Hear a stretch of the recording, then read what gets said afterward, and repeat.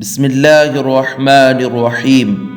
آپ صلی اللہ علیہ وسلم کا پسینہ مبارک مشک و عنبر سے زیادہ خوشبودار۔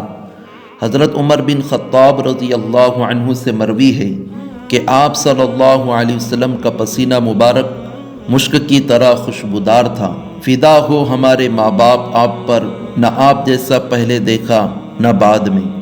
حضرت عائشہ رضی اللہ عنہا فرماتی ہے کہ آپ صلی اللہ علیہ وسلم کا پسینہ مبارک چہرے مبارک پہ ایسا چمکتا تھا جیسے موتی، اور آپ کا پسینہ تیز مشک سے زیادہ خوشبودار تھا۔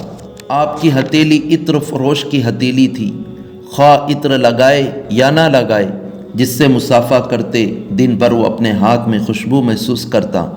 اگر اپنا ہاتھ کسی بچے کے سر پر رکھ دیتے تو وہ خوشبو کی وجہ سے دوسرے بچوں سے ممتاز ہو جاتا تھا، اس کے سر سے خوشبو آتی رہتی۔ حضرت علی کرم اللہ وجہہ سے مروی ہے کہ آپ صلی اللہ علیہ وسلم کا پسینہ تیز مشک سے بھی زیادہ مہکتا تھا۔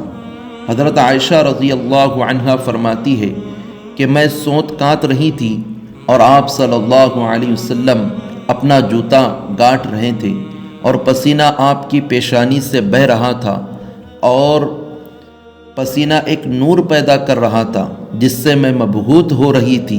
تو آپ نے مجھ سے پوچھا، کیوں مبہوت ہو رہی ہو؟ میں نے کہا، آپ کی پیشانی سے پسینہ بہہ رہا ہے اور اس پسینے سے نور کی شکل پیدا ہو رہی ہے۔